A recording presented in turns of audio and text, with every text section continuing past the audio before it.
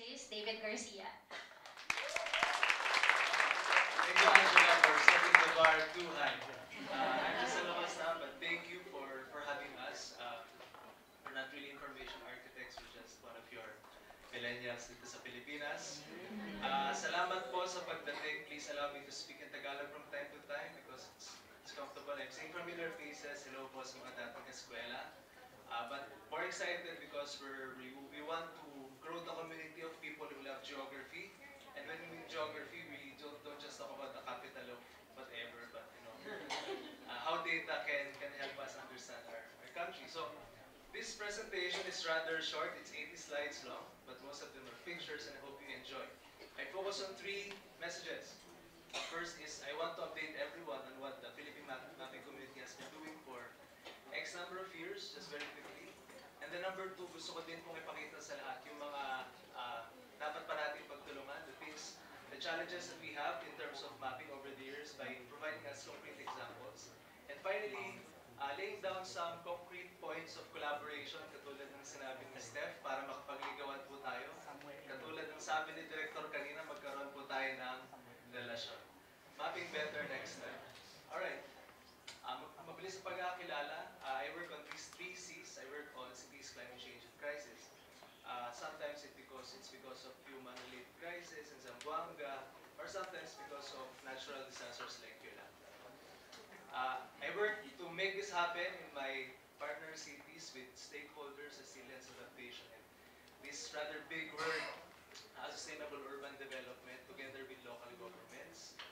And I use these tools as core, see, geospatial tech mapping and then tropical geomorphology, which is basically how the landscape changes, and finally urban design, although at a very small scale level. But if you want to remember me, please just remember these two things, because these two things, they're so esoteric. Ang tawag nga ng tatay ko sa akin, geologer or geographist, hindi niya. Yung mga pagkaita. Kaya ba?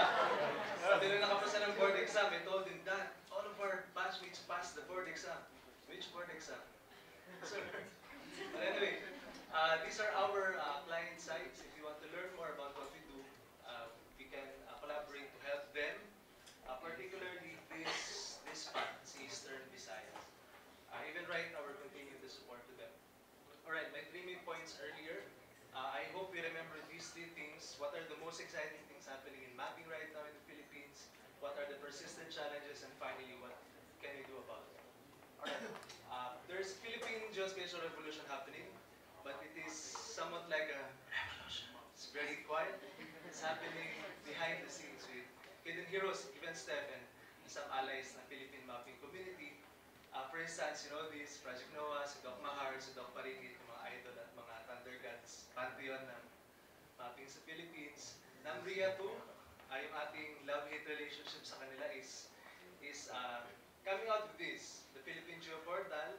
Back then, ang pwedeng i-download lang natin dyan is yung mga very basic files. But then again, over the years, there were some people who had enough courage to convince this agency to produce this. And the challenge, however, is that you need the username and password. But there are some data sets, as of last night, na binuksan nila, papakita ko mamaya. This is from the National Mapping Agency. And then quietly, this small team by Dr. Al Tongco, who is based in the US, but they've been providing open geospatial data in terms of shapefiles, satellite imagery, contributed both by known authors and the secret donors.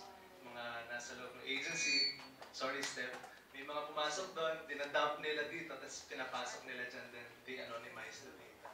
Just to make something happen. And there's a reason for that. And then finally, another big group, which is OpenStreetMap. I hope you're part of it. It is a global community that operates both on a regular and humanitarian basis on emergency. In fact, they've digitized most of the roads in the Philippines, and they're making them available for free.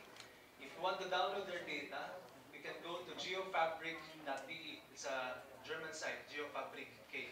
Now, every 3 hours, the server restarts, and it will give you all the data sets in a particular area, roads, building footprints, as long as the community has traced the information. So this is good. The momentum has been going faster and faster. That's for a good reason. So good stuff. And why? For Project Noah and Dream, they produced this, and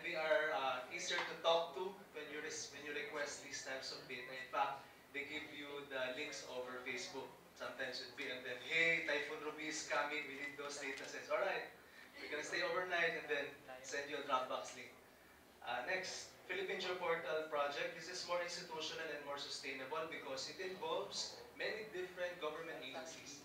Unlike, for instance, countries like Australia, they only have one mapping agency. It's called Geosciences Australia. Cadastral data, storm surge data, mining data. Here you talk to many agencies, each with a separate letter, each with a separate call, each with a separate data processing. But hopefully these guys, they're putting it in one site and that should make things happen. And then finally, yung sinabi natin kanina, and OpenStreetMap. Alright, and recently we've got 400 more islands. Yay! Feels great.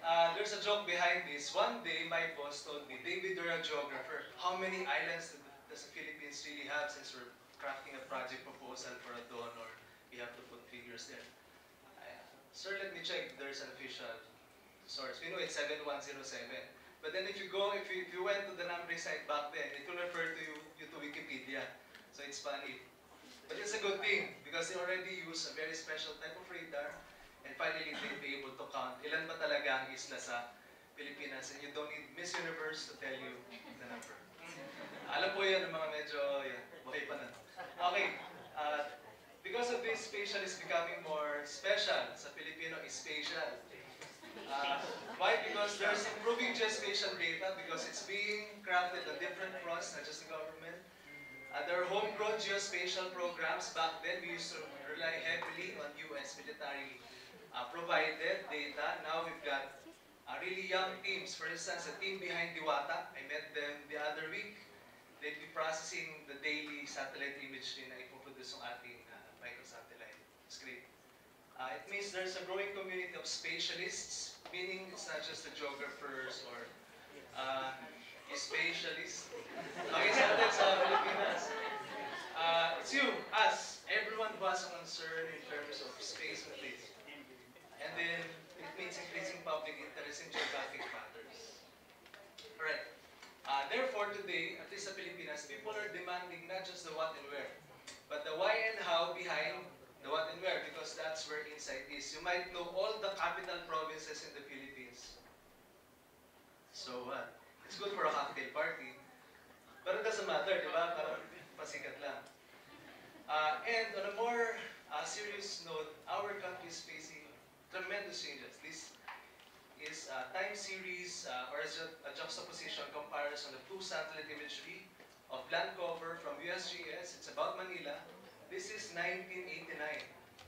Hindi na po ako magtatanong, sino ang pinanganak? Basta yan, Manila po yan. And this is the built-up area. These are the fringes back then. Ito yung Montalban, Malabon, Las Piñas, Parañaque, Laguna Divide, then Marikina, Antipolo. But look at this. So look at the direction of the spread. And this is happening at a very uncontrolled rate.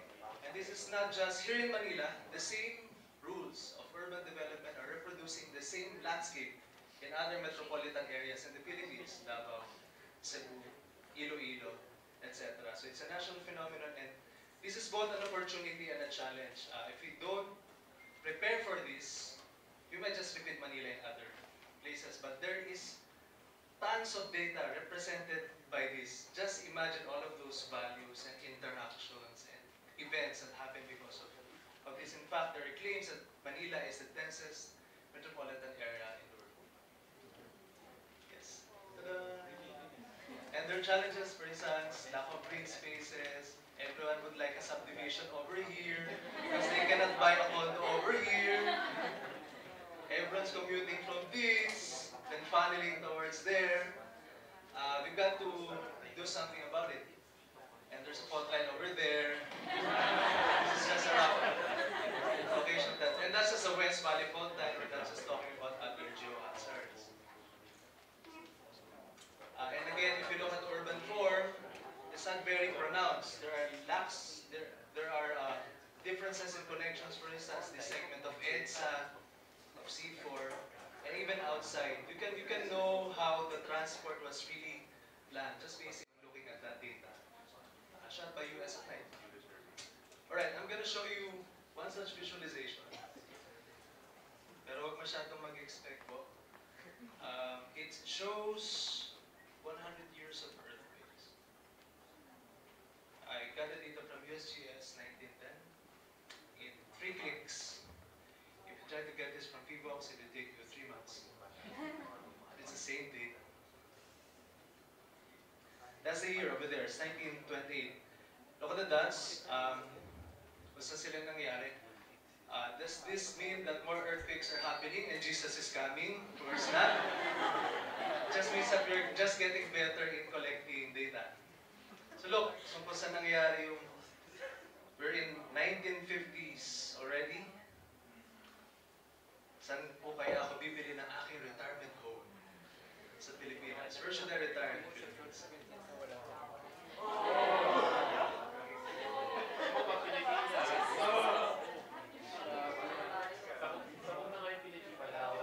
You should watch out for the 2013.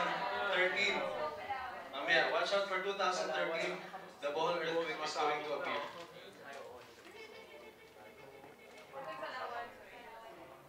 Mati lang, di ba? There. That's the Bohol earthquake. Alright. And then another. It's 50 years of cyclone. You'd be the first audience to see this. It's supposed to appear later with Erica, pero no? Anyway, we're for free and open geospatial data. This is 50-year data of cyclones. We haven't visualized it in terms of intensity yet, but at least at tracks. Clean the data.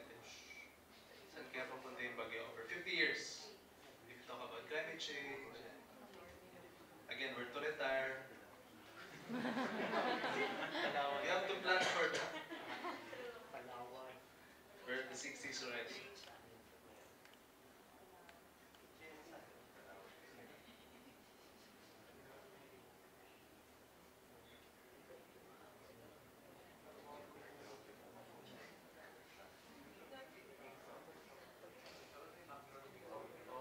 I have a suggestion.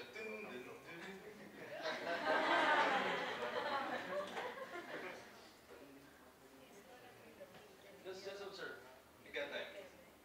We're at the 80s already. Again, the data points are increasing, not because Jesus is coming, but because we're getting better. And the data sets, with all due respect to my friends in Pag-asa, when you try to get the monthly data sets of the climate variables, they make you, some of the staff make you, please don't quote me, write the variables by hand. But if you go to NOAA, the National Oceanic and Atmospheric Administration, 3 clicks.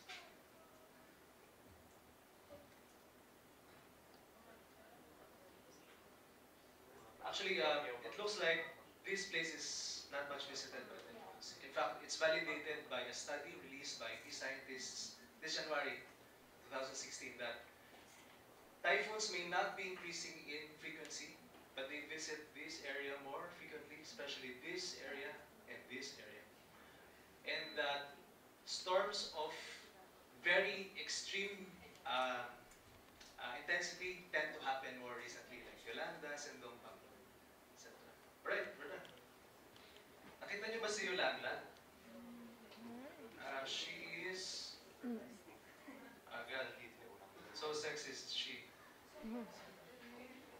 Yolanda, Haya. God, I'm confused. Anyway, let's proceed. Just wait for the GMA News Online article with TJ. Anyway, when Haiyan happened, alright, we're transitioning now. This map is provided by colleagues in JICA. It shows the strongest areas where the strongest winds occurred. Super typhoon, that's the eye, passed through Guiuan, Eastern Samar to Basay to Tacloban as it whipped up storm surges throughout Leyte Gulf papunta sa Tacloban, sa Barangay 88, sa may airport, and lots of people died. We had to deploy. I used to teach in the University of the Philippines, but we thought maybe it's the time to leave the university first, para sa bayan. So, umalis muna kami doon, kaming kasama faculty, we deployed this in Guiuan, and we had to reconstruct the data sets. And again, the same problems occurred. There is no San Juanico Bridge in the National Mapping Agency's data set. How can you start rebuilding if you don't have these basic data sets. The good thing was that OSM was there. 1 week before Super Typhoon Haiyan happened, there's a hero, his name is Maring Sambale. He issued a call for global collaboration of mappers. 800 mappers corresponded. They were digitizing the Eastern Visayas and the Yolanda corridor as it approaches. To the effect that when it happened, they already had the maps printed in TARC. And the humanitarians used that, the Koreans, the Americans, the Japanese, everyone. So you're gonna meet him later this year because he is organizing a State of the Map Asia, and it's going to be hosted by the Philippines, I think, this September, so stay tuned. So that's supposed to be there, sa San Juanico. Alright, so why do these inequalities persist? There's a lot of bureaucratic needs involved, like in the other presentations. For instance, I am an LGU. Speaking of empathy, let's take the identity of a local government bureaucrat.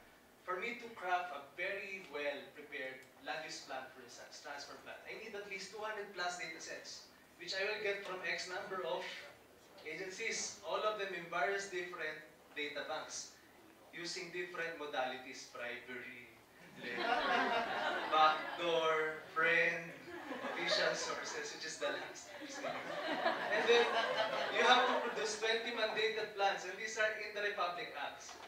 How many are you capable? Usually just two, just the mapper and the planner.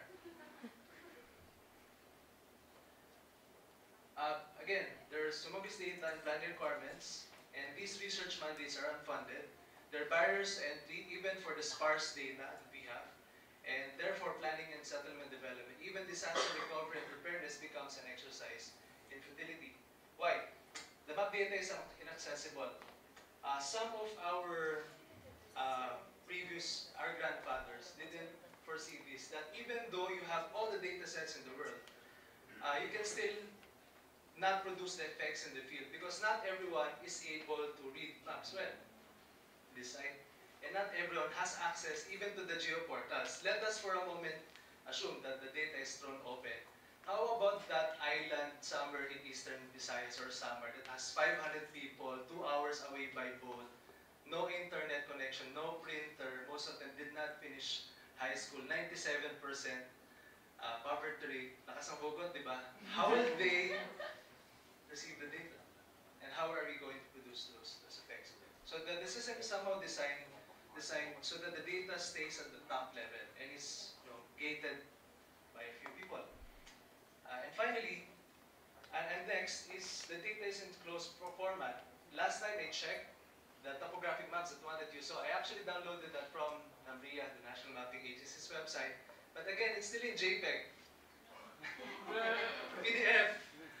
If you have to, make plans fast, you have to digitize everything, the coastline, the contours, the land cover, the names, redo everything. So if you're really honest about developing this country, then maybe we have to open those gates and provide the data. To you, you pay the tax. That's your money, that's your mom's money, that's your dad's money. So that those things can be hosted online. It is just proper for you to get the data because that is national patrimony. Kaya pula po itong natin. And finally, what is bad? This map data is for sale. So it's open, you can get it, it's accessible, you can get it. But you have to pay sometimes. And again, these are the things that we, elbow people. Frustrations natin hugot. And it results in these delayed deliveries of critical geodata, missing and outdated data, and data that becomes free only because of crisis. So why should we make? Why am I still using the keyboard? I have this. Why should we wait for a disaster to make the public data open, free, and accessible? Diba? Bakit pa natin hintayin na sirain muna yung lugar tapos pwede na? I have another story. After Yolanda, there were data sets that previously you could only get maybe in a year or 6 months after letters, calls from friends. Suddenly, 1 week they bring the data to your office in the middle of summer, sa dulo, at the southern edge of the island. Pwede pala, di ba? As long as there's a humanitarian crisis. My God, if you're really interested in disaster risk reduction, we provide the data before the event so that we could prevent the disaster. Finally, part 3. So how can we nurture the Philippine geospatial ecosystem?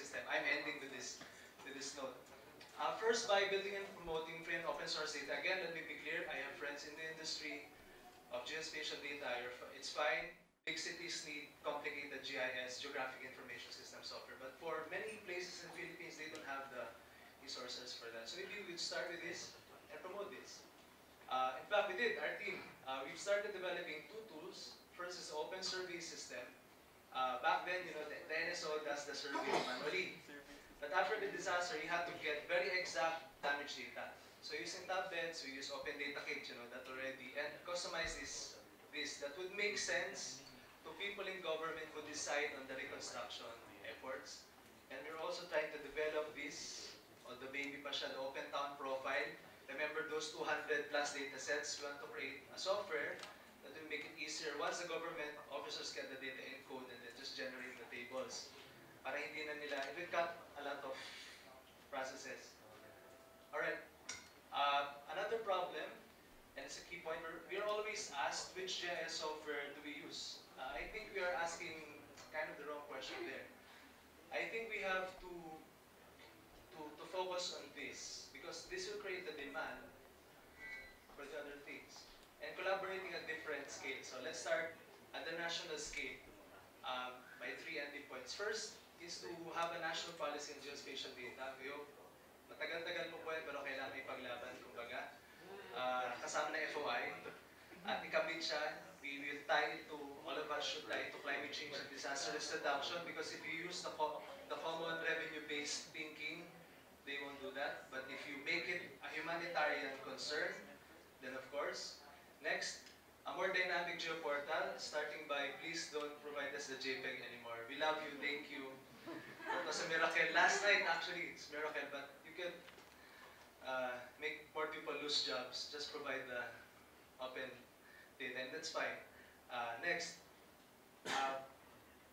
by building this, an active civic geospatial community, so that this will not happen. There are 107 islands. Again, I have friends. I'm sorry, friends. We're still friends after this, me. Pero please has changed actually. Wala na siya kagabi. So, thank God, this is outdated. Because of this, I posted this on Facebook. Hi guys, I've come to a very important realization. All my life, I thought we had 7107 islands. And the National Mapping Agency refers me to Wikipedia. So we might, ilan ba talaga ang isla ng Pilipinas? So we did this. An old friend found a very old copy of all of the islands in the Philippines with coordinates. Panahon pa ni Manuel Quezon. So there was a collaboration which encoded this. There's gonna be a next stage for this, for us to clean the data sets and validate. But at least everything's encoded now. And again, this sinabi ko kanina, last night naging malabo ang Panginoon.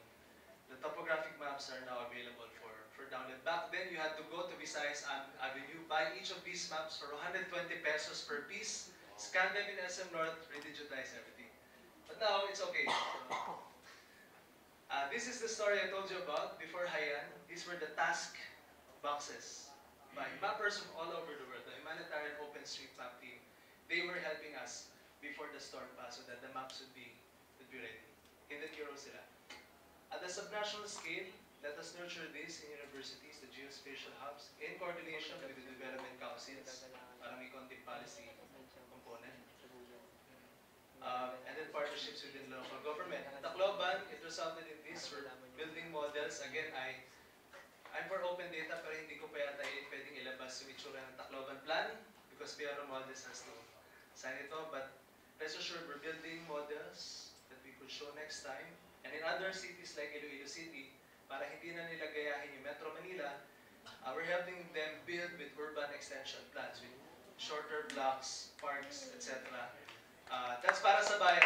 This is because of you. And this is because of them, the people in those cities, employing open data to make these happen. These are parks, the green ones, and then mixed areas, commercial areas, residential areas with a good network connections with street designs. They made this, again, because the data was open. And finally, the hyperlocal scale, community-based mapping. Alright. Angela, 5 minutes, is it alright? Thanks. This is Yolanda. This is my first project site during Haiyan. Guiuan, the first town hit by Yolanda. When the storm surge hit them, it erased the land cover 100 like this, right? But then, when Haiyan happened, it erased these and threw the corals to the seashore. In Tacloban, it's different. The storm surge will destroy your house. In Guiuan, in eastern Samar, in the most easternmost part of Samar, it will destroy the soil beneath your house. So again, this kind of set the tone. And there are lots of places like this in eastern Samar which experience that. In fact, in some places, this is in Suluan, it's Par Island, 3 hours away. But again, beautiful. Tumusok ito. This is because of the winds of the typhoon, according to the residents. They preserve it like a religious site, you know. Really? What if you were outside during the storm? Sakto, di ba? Coco lumber versus Coco lumber. This is that island. This is the reality there. Because the government agencies released the data, we learned that in those areas, in fact, in most places in the Philippines, there's no completely safe and unsafe areas. There are only places of varying risk. And one of the mistakes done back then was the government established a 40-meter no-build zone. And everyone moves out of that zone. We told our colleagues, do you mean that the storm surge will stop at 40 meters? Okay. Okay na tayo, ah. Tsunami? Of course not. So it kind of set the tone that people stayed in these places because the rewards are greater than the risks. And where do we go? Especially for this island, Victory Island.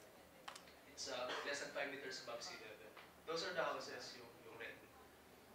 But they live because of the fish. And this is the town.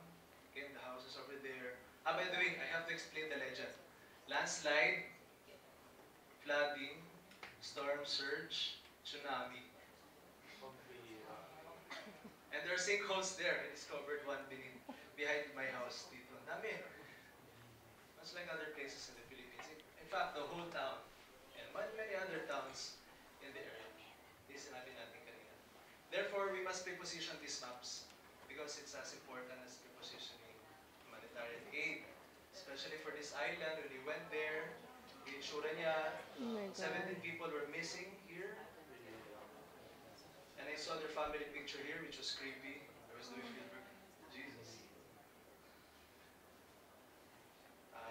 But it's a beautiful place, nevertheless. It's a barrier reef. It looks like this in that area. In that area, you see this. And during the community mapping, and that's my point, these are the things that are not in the geospatial data sets. It only elicits them when you map it with the community. Very beautiful. But we're not providing the GPS coordinates. There's a secret track. Now we're just kidding. And there's this, looks like Surigao. You don't see this in the government data sets. Very cool. And these limestone walls, karst environments. And this is in Suluan. They are the surfing capital of Eastern Visayas. Again, it made us, it gave us the context, tulad ng sinabi kanina, that people stay there because of these resources. And that's me just a proof that I was there. This is a dolphin skull. And this is my friends, this is a no-build zone marker that the government put. They made the marker visible in the landscape. Okay, don't build here, then it's okay here, come on. That's Miko, my buddy, part of the team, and then other members with the locals. We map even the coral areas. And this in Iloilo, actually, in Cagayan De Oro. We did urban designs with them, not just for them.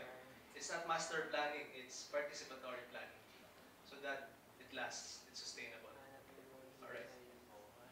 And sometimes it makes you help solve some of these problems. This is Victory. They are expanding their island because of trash. It means they really like it there, you know? There's something there that makes them stay despite the risks. The rewards must be greater. We heard it's the fish. It fetches 10,000 pesos per kilo. And this is standard UNICEF photo. It's because of them that we're doing this. They're my buddies. And because of them, actually this is the couple that lost those 17 guys. So we had their stories. It kind of give you motivation to do the local maps. Because if you show them these maps, what's that? They didn't even finish public elementary school, di ba? It had to make sense. So, help them put themselves in the map and the names, yung mga sitio nila, even the facilities, where are the barangay halls and other features. One more thing, practical tip, print the maps in tarps. It will last forever. We will return there in 20 years. We hope to see these again and put them in laminated formats. Because again, we have to treat the matter not just an issue of technicality, but an issue of fairness. Is it fair for the data to stay there? And we have to enable people to become active agents in the production of geographic knowledge and leave them with better tools. So again, from finding the map to have them find themselves in the map and making the map themselves. That's what I'm pointing to. And gladly, when Super Typhoon 1 year after, Super Typhoon Ruby was approaching, everyone was panicking. Robinson sa Tacloban, everyone was going to the supermarket, gathering goods, panicking. So part of the preparation was that they applied this in Tacloban and in Guiuan, and we're glad that there were no casualties because they were part of the mapping process and they understood the map, so the evacuation was easier. Alright, this is in summary. I hope the organizers provide this as soon as possible, and I will leave you with this quote. Geography is too important to be left with geographers. Salamat.